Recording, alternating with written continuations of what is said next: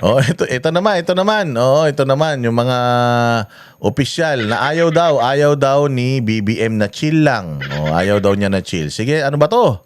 Morning. Follow up lang po dun sa issue ng mayor. I understand that the DILG is still waiting for the response of the local officials who left the country during typhoon. But what was the reaction of the president when he learned about it? Oh, when he learned, ang tanong, if he learned about it. Ang problema, wala ngang alam yan, presidente na yan. Hindi ba, nasa Masbate. Ayun nga, nandito tayo sa Masbate ngayon dahil mag-aatid tayo ng ayuda. Ang dami na natin problema, lumindol pa yata sa Cebu.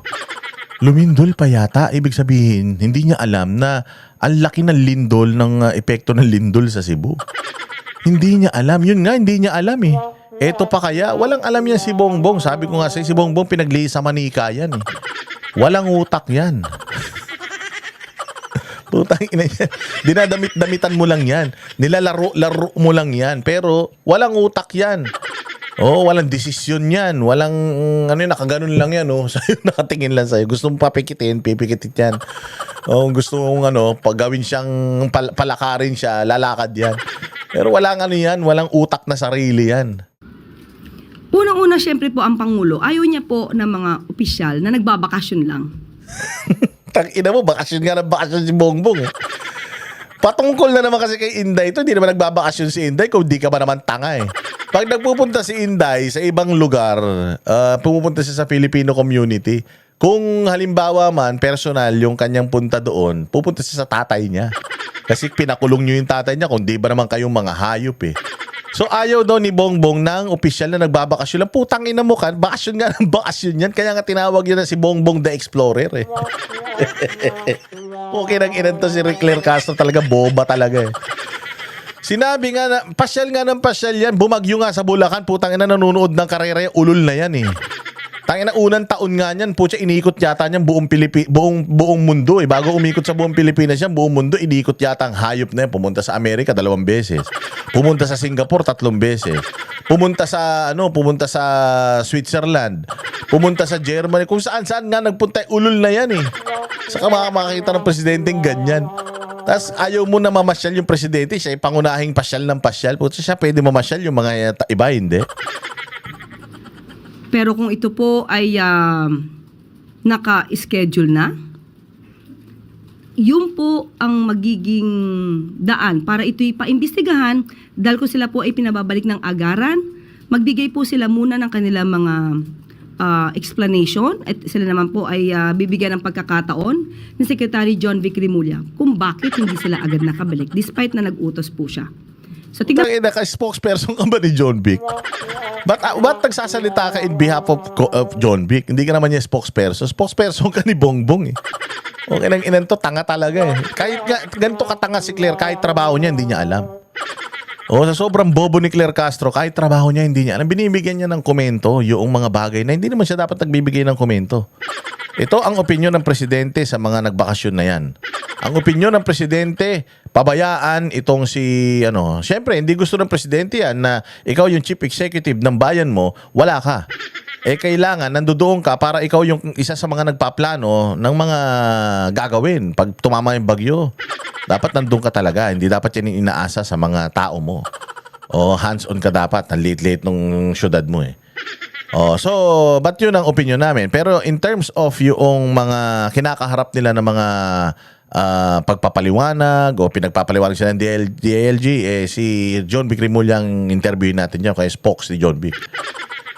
Kasi kung ano yung mga ini-expect na mga mangyayari, gagawin, sila lang makakasagot niyan. Although alam natin, pero mas maganda kung sila yung sumagot niyan. Di ba? Ganun. Si Claire Castro, lahat na lang. Siguro kahit yung taong grasa sa kalsada pagka ipagtatanggol niyan. Basta BBM supporter yung taong grasa.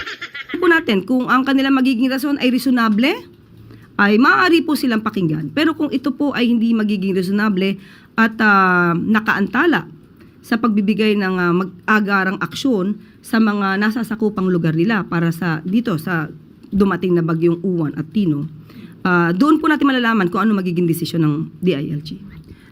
But although ongoing pa po yung investigation, for the president, is it morally acceptable for these local officials to leave Yan, sasagutin mo yan. Kasi for the president, it is morally acceptable. despite yung mga challenges na na-experience ng mga constituents nila? And kailan po natin Walang moral si Bongbong. Paano yan? Tatanungin natin ng moral si Bongbong. Wala ngang morals yan eh. Tatanungin mo si Bongbong tungkol sa pagbiyahe-biyahe ng mga opisyal habang may bagyo, ginagawa niya yan eh. Tanginan yan. Anong sasagot ni Bongbong? Siyempre kay Bongbong okay lang yan. Ginagawa nga niya yan eh. O ako mayor, sasabihin ko, ba't mo ginawa? Ginagawa nga ng presidente eh. Ba't ako hindi ko pwedeng gawin? Di ba ako pwede magbakasyon? Si presidente nga, bakasyon ng bakasyon eh. Punta na punta sa ibang bansa kung anong ginagawa, hindi naman natin alam. Tapos ako hindi pwede. Di ba kung ako yung mayor, gano'n ang sasagot ko eh. Anong isasagot sa DILG pagka ganyan?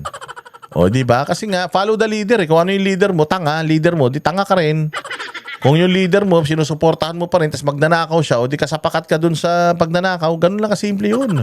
inaasahan yung magiging decision ng DILG? Baka po nasabi nila sa inyo. Unang-una sa Pangulo, hindi po niya gusto to. Hindi niya po gusto na ang mga liderato ay chill lang. Chill lang. Pukin ang inang spokesperson to. Napag ganun ako eh, hayop na. Chill lang. Ay, pukin ang inang tong spokesperson na to, no? Parang vlogger lang. Hindi sinasabi mababauri ng vlogger ha, pero putang ina pag ito. Ako gawin yung spokesperson dyan sa kasi nagbabasa lang naman yun, wala maalam talaga eh. Nagbabasa ka lang naman teleprompter. Ang bayang Pilipinas sa ngayon ay nakakatanggap ng pinakamataas na. Ganun na ulul na yan eh. Pero putya ko ako sasagot dito. Nasabi ko, mas magaling ako dito kaysa kay Claire Castro eh. Chill lang. Ayaw daw nila ng chill. Gago, si Bongbong nga chill lang eh. Ang sarap nga ng buhay ng mga yan. Si Lisa Marcos nga nagpunta pa sa ibang bansa, sa Amerika, tapos nag-chill lang sila. Sobrang chill nila. Namatay yung kasama niya eh. Gago. Sa sobrang chill nga nila, na-overdose yung kasama nila sa entourage eh. Sa sobrang chill nila, kasama niya, empleyado niya, putang ina, sabog din eh. Empleyado niya, chuchonki, nagko-cocaine, nag-aalak. Saka mo makakita ng ganyan. Yan ang chill. So dapat ang trabaho ay para sa taong bayan. Kasi ang taong bayan umaasa po sa gobyerno, lalo na sa mga gintong klaseng sitwasyon at kondisyon. So hindi pwedeng sabihin lang na chill lang palagi dahil dapat trabaho, hindi bakasyon. Although hindi ko sinasabi nagbabakasyon sila. Still, sasabi ko lang natin, iwasan natin na umalis ng bansa, tumugon sa kalagayan ng ating mga kababayan, lalo na kapag mayroong sakuna or dilubyong ganito. Ayan, sabihan mo yung boss mo. Sabihin mo si Bongbong, ay tigil na yung pagpapasyal. Alam mo kaya nga si Bongbong ngayon, hindi na masyado namamasyal. Puta, hindi na siya welcome sa mga bansang gusto niyang puntahan eh. Noon kasi, nung unang 2 taon ng kanyang pamumuno, talagang, di ba tinawag pa nga siya dun sa isang game show na most traveled na presidente, di ba? Most traveled. Hindi ka nahihiya na ganyan, Claire? So, travel. Di ba? Ganun ang niya. Ay, nako, Claire Castro, sabi ko nga sa inyo, kawawa kayo sa taong bayan, wala kayo may pagmamalaki dahil lahat ng nirereklamo ng taong bayan, legit, ginawa ni Bongbong lahat eh. Yan ang panatero, walang inuurungan. Pag tama palakpakan, pag